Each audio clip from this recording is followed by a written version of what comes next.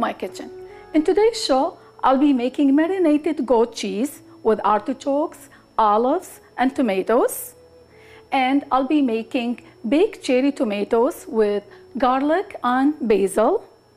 And I'll be making rosemary flatbread. And for dessert, I'll be making blueberry upside down cake.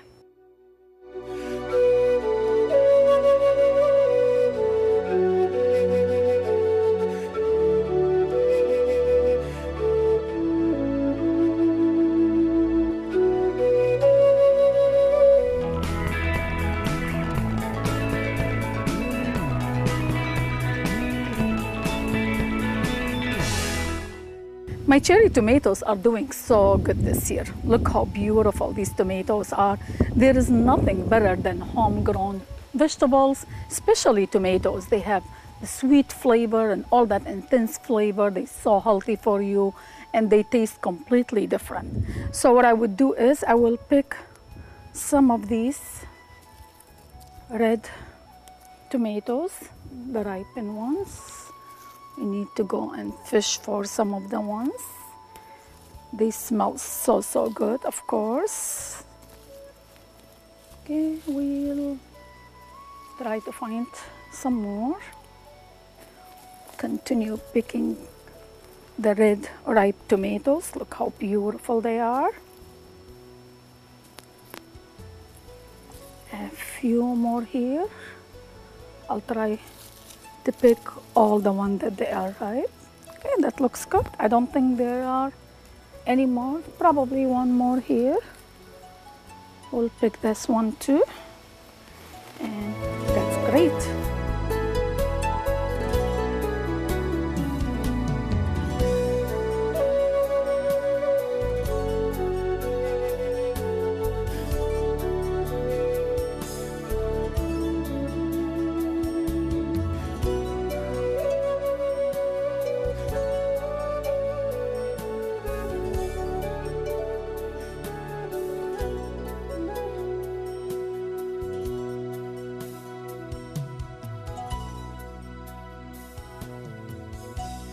For today's show, I'll be making blueberry upside down cake. So I will pick some blueberries from my garden.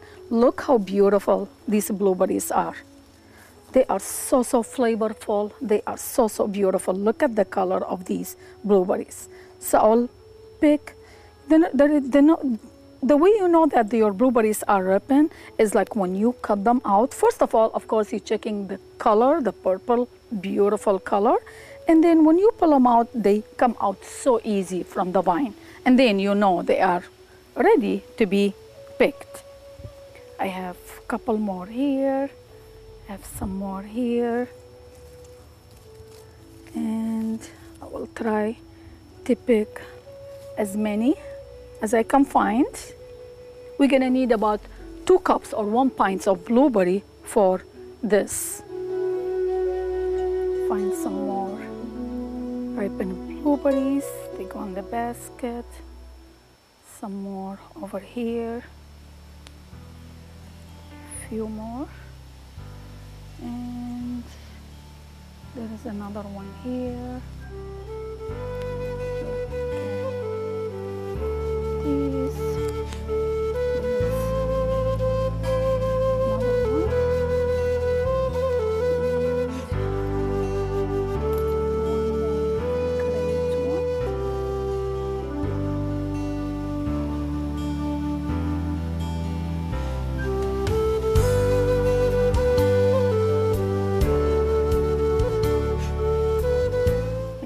That's about it.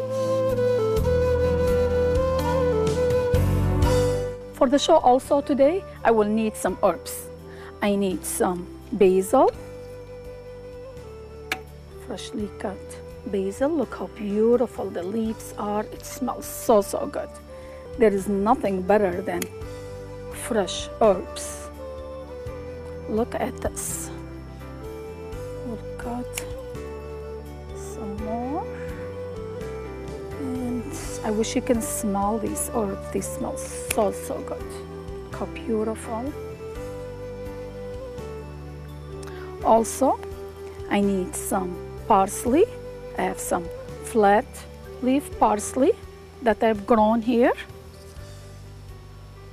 First of all, they have maximum flavor, and they always become handy when you need them. So it's a great way to grow herbs in your yard. Also, for this, I have some fresh oregano. I will need few leaves of fresh oregano. Smells so good. And lastly, I will bring my tray over here, and I will get some rosemary.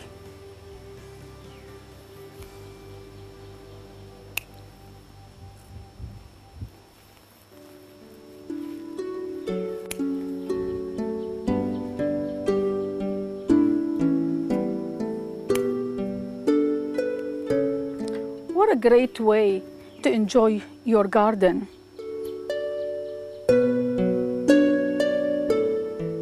And spend enough time outdoor in summertime. This will really give you a reason to go out and enjoy being outside. And of course, having these fresh herbs, there is nothing like this. You can make so many meals using these fresh herbs, which they give that beautiful, intense flavor for any meal that you make, or you could use it with the bread, or you can just use it fresh like this with a sandwich of cheese and tomatoes. This is great way to enjoy your summer.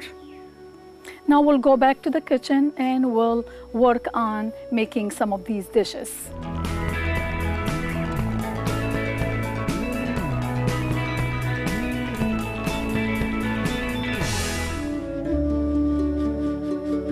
Now we are back in my kitchen. I will start making the dough for the rosemary flatbread. For this recipe, I need 2.5 teaspoons, equivalent to 1 envelope of dry yeast. To this, I'll add half cup of warm water. We'll let it sit for 5 minutes. Now we'll add the remaining 2 cups of warm water.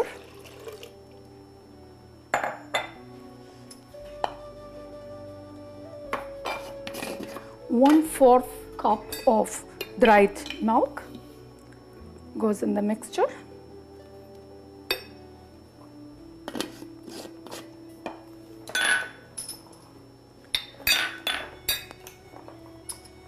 Half teaspoon of salt.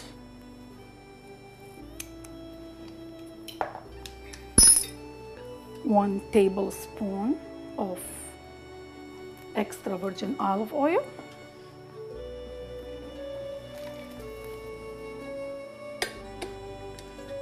We'll mix everything together.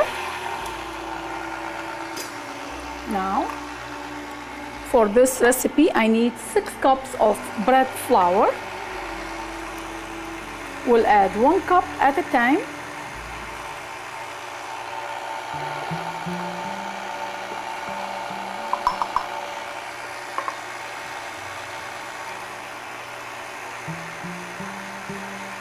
Level the cup.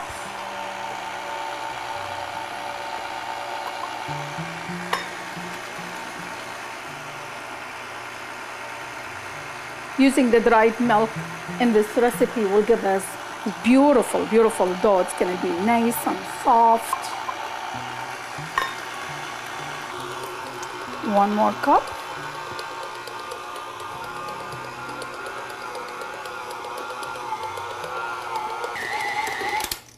Everything is nicely mixed together. We will change the mixing attachment into the dough hook attachment to finish kneading the dough. It's a beautiful, soft, sticky dough, and this is exactly how we want it. We'll continue mixing the dough using the dough hook attachment for about a minute or two. Dough is nice and ready. Look how beautiful it looks. What I would do first is I will brush this glass bowl with some olive oil to transfer the dough to it. I'll also brush my hands with some olive oil. Dough is a little bit sticky. And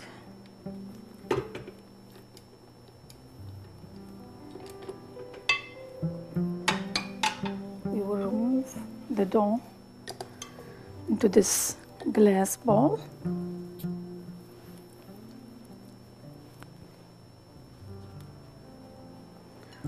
We form it into a nice soft ball. We'll turn it around to coat all the surfaces with some oil. Then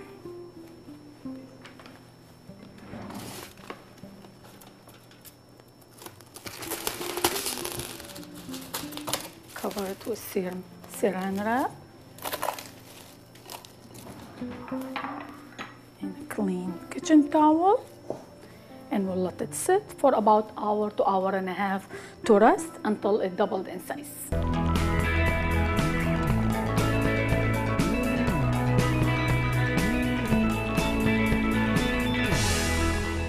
Dough has been resting for about 1 hour. It's almost doubled in size. Look how beautiful.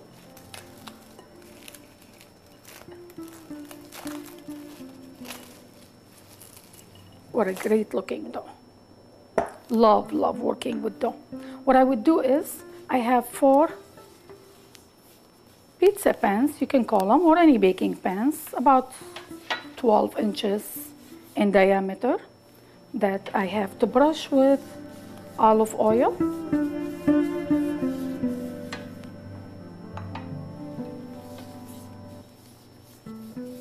I will brush my hands with some olive oil.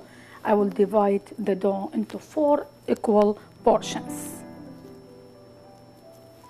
Form each one of them into a nice smooth ball.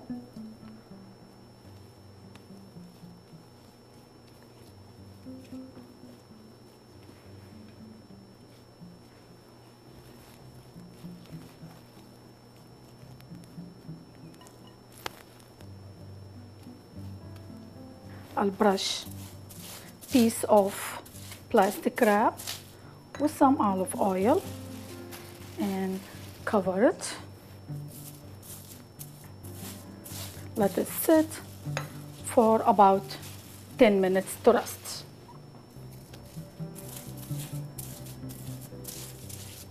These are the rules of working with dough. Anytime you touch the dough while it's still in the rising stages, you need to let it rest for at least 10 to 15 minutes. Dough has been resting for about 10 minutes. Now what I would do is, I will just stretch it in the pan.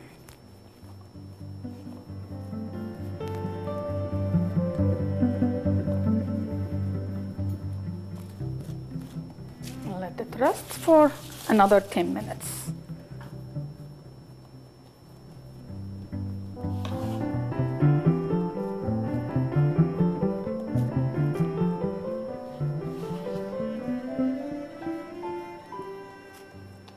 Dough has been sitting for about half an hour to rest.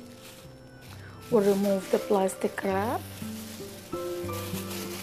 and set it on the side. And then I'll take 1 sprig of rosemary, remove all small leaves, and then I will chop it with the scissors. Roughly chop.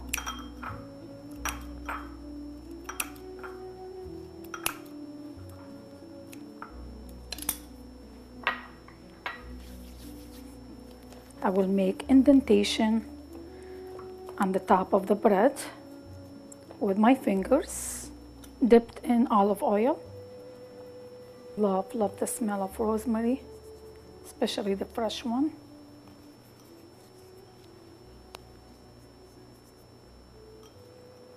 course, you can use any other herbs like basil, oregano, mint.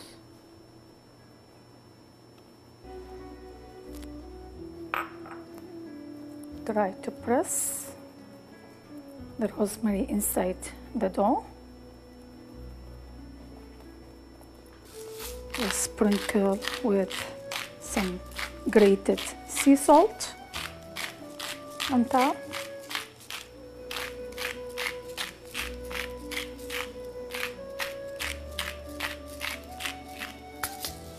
I have my oven preheated to 400 degrees.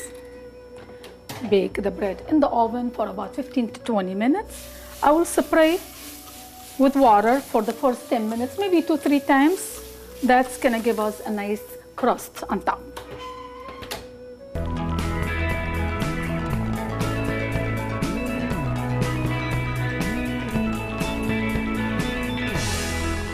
Spray the bread one more time.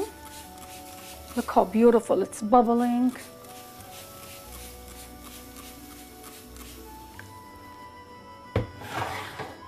Continue cooking it for another 10 minutes.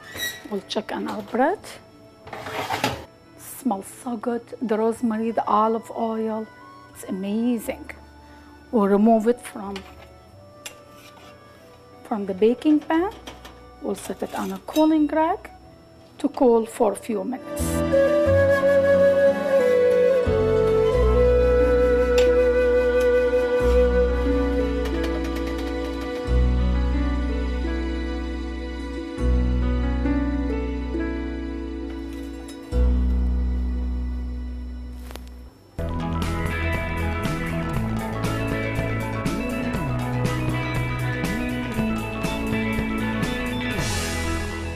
Now it's time for us to make the blueberry upside down cake. This is amazing cake. It's so easy to make and it's delicious. Especially when blueberries are in season. It's a great time to make it. You can also make it all year long if you want. So I have about 8-inch square cake pan that I will brush with some melted butter.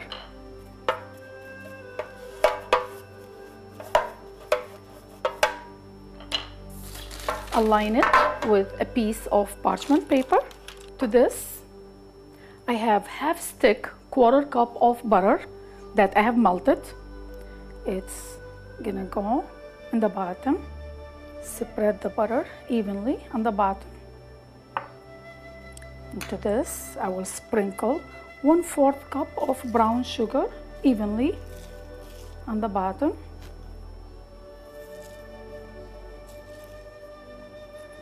The butter and the brown sugar, it's gonna give the blueberries that caramelized look and taste also.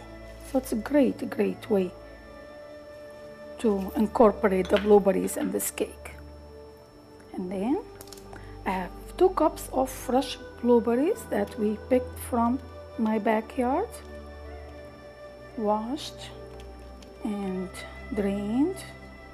I'm gonna scatter these.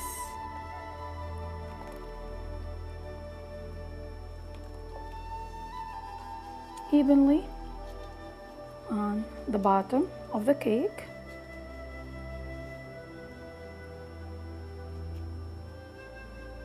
And one more.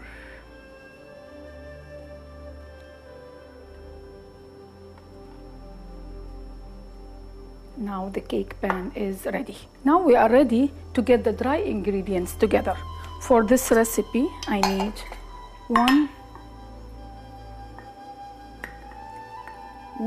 2/3 cups of all-purpose flour,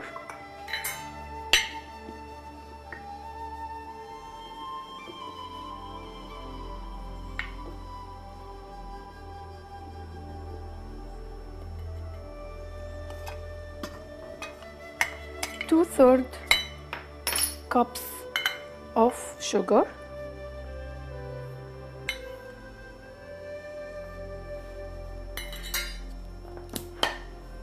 1.5 teaspoons of baking powder, 1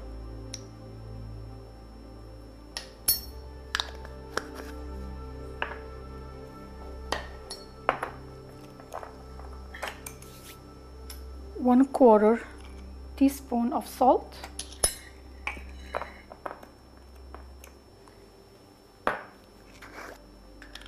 1/4 teaspoon of baking soda.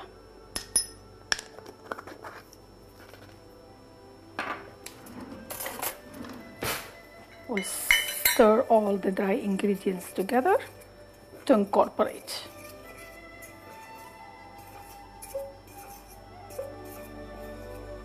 We'll set it on the side. Now we'll work on the wet ingredients for the cake.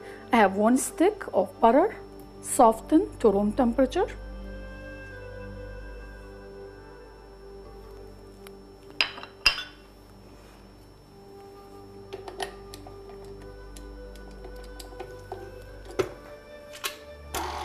We'll whisk the butter until nice and creamy.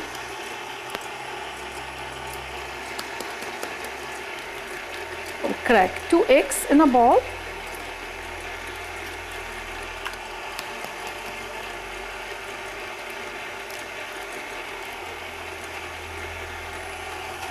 I'll add 1 egg at a time.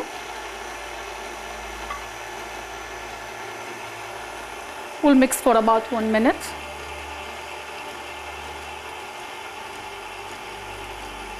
Then I'll add the other egg. We'll continue mixing. To this, I'll add 1 teaspoon of vanilla extract.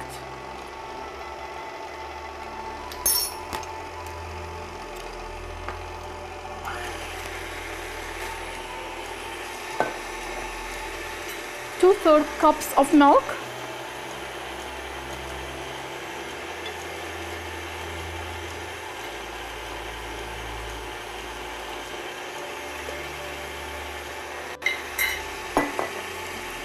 Gradually, I'll add the dry ingredients, about ½ cup at a time.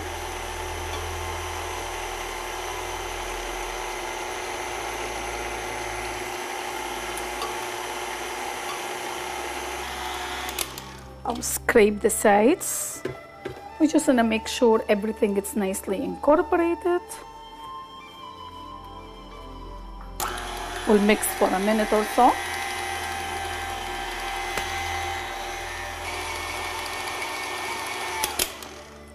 Good. The batter is ready. We'll spoon it over the blueberries. You notice the batter is a little bit thick comparing to a cake batter, and this is exactly how we want it. That's okay. I'll spread the batter evenly on top of the blueberries. I have my oven preheated to 350 degrees. We'll bake the cake in the oven for 40 to 50 minutes until golden. We'll check on our cake.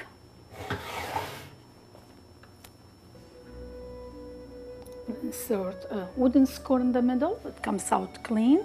The cake is done. We'll remove it from the oven. We'll set it on the side for about 10 minutes to cool off.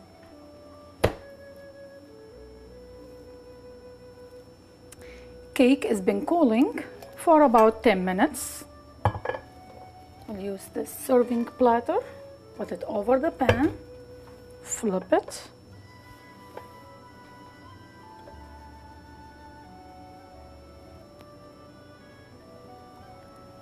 Remove the pan and the parchment paper, and we'll let it cool off for about an hour before serving it.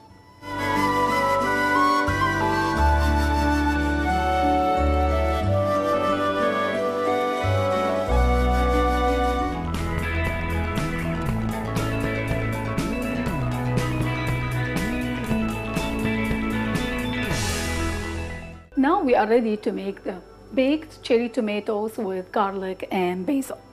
For this, I will make a slit on each cherry tomato that we picked from my backyard, and we'll insert a sliver of garlic inside the tomato.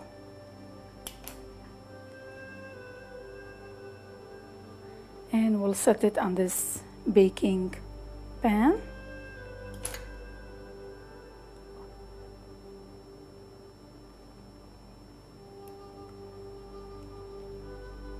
This is a great dish. You can serve it with some bread or over some pasta or even with some chicken or beef.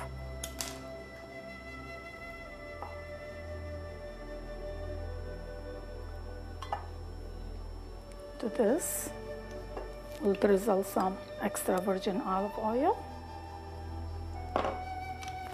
some freshly grated black pepper,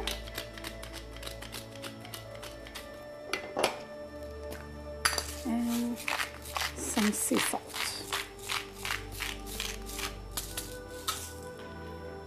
I have my oven preheated to 350 degrees. They'll bake in the oven for 15 to 20 minutes. Look how beautiful they look. What a great way to serve tomatoes with some bread or pasta or even some chicken or meat. We'll set this on the side to cool off. Smells so good. And now we are ready to make the marinated goat cheese with tomatoes, olives, and artichoke. For this recipe, I need 1.5 pounds of goat cheese. It's softened to room temperature. We'll place these in the food processor.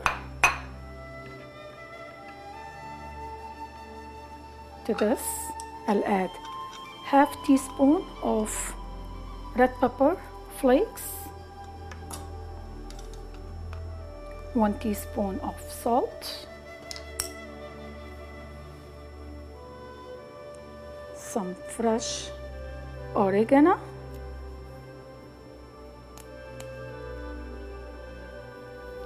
about 2 tablespoons maybe chopped fresh oregano. You can use dried oregano if you don't have a fresh one. But of course, whenever the herbs are in season and you can find them fresh, it's always the best to use fresh ones. Should be good. And same thing, about 2 tablespoons of fresh rosemaries. I like to use a lot. I like rosemaries. You could use less if you want, but this is good. And a little bit of parsley. This is a great way to have those goat cheese. Should be good. Now we'll process everything.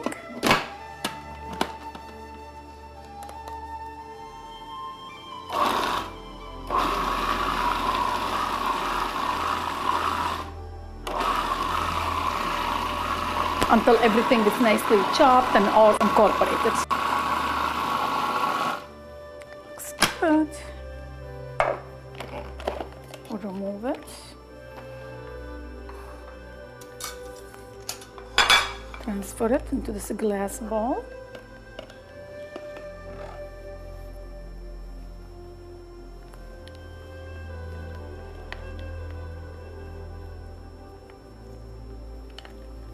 Look how beautiful the herbs are incorporated in the cheese. They are visible and it smells so, so good. Cover it with some saran wrap, and this will go in the fridge for about 10 to 15 minutes. Now we are ready to assemble the marinated goat cheese and tomatoes, artichoke, and olive dish. First of all, I will line my cherry tomatoes on the bottom of the dish, one next to each other, in one single row. We don't need more than one row. These are beautiful tomatoes that we picked from my garden, so we want to use them So we have one single row. These beautiful tomatoes. We'll try to fit them as snuggle as possible, one next to each other. And this looks good. On top of this, I will add a couple leaves of basils, fresh basil. That's gonna give it a nice flavor for this marinade. And also it's gonna give it a nice color. That looks good. Now I have marinated artichoke hearts in oil that I'm gonna lay on top of the tomatoes in one single layer.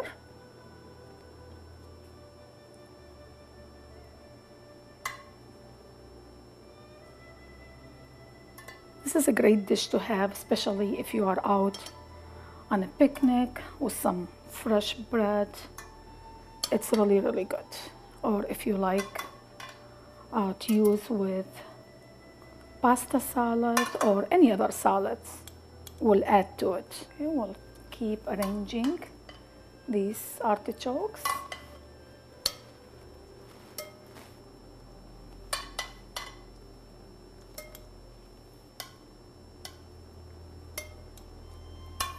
And then on top of this layer, I will just sprinkle some rosemary.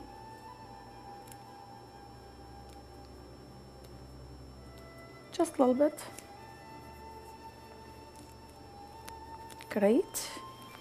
And now for the next layer, I'll have some pitted black Kalamata olives. You could use green olives if you want. I like using black olives. First of all, the contrast of the color, and they have maximum flavor too. If you don't want to use pitted olives, you can just use olives with pits. It's much easier to serve this when they are pitted. It's good. That's another layer. And I'll add a few more leaves of basil on top of this layer.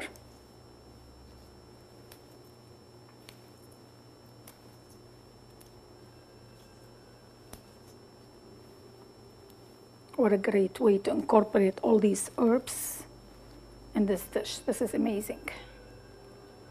Now I'll have my goat cheese mixture from the fridge.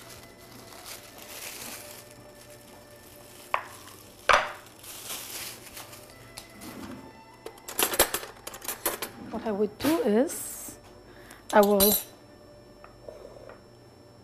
have some olive oil in my hands, and I'll take teaspoonfuls of the mixture, form it into balls, and place it on the last layer. You could use the goat cheese mixture as a spread over a toast, or even over some pasta if you like. It's a really great combination of goat cheese with all these beautiful fresh herbs and the spiciness from the red pepper. It's a great way to serve cheese. If you don't like to use goat cheese, you can also use cream cheese or feta cheese or ricotta cheese. That will work too. I like goat cheese because it's sharp and it has very unique flavor, honestly. Now to finish this dish, we'll pour some extra virgin olive oil on top to cover everything with olive oil.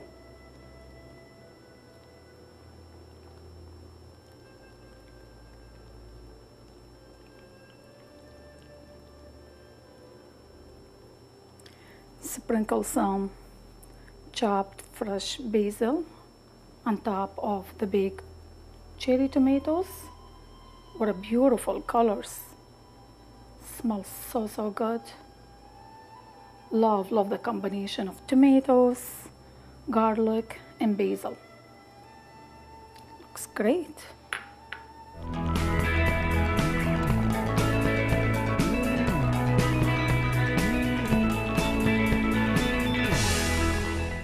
This is how much time we have for today. In today's show, we made marinated goat cheese with artichokes, olives, and tomatoes, and baked cherry tomatoes with garlic and basil. We made rosemary flatbread, and for dessert, we made blueberry upside down cake. Thank you so much for coming to my kitchen and enjoy cooking. We hope to see you next time with more exotic dishes.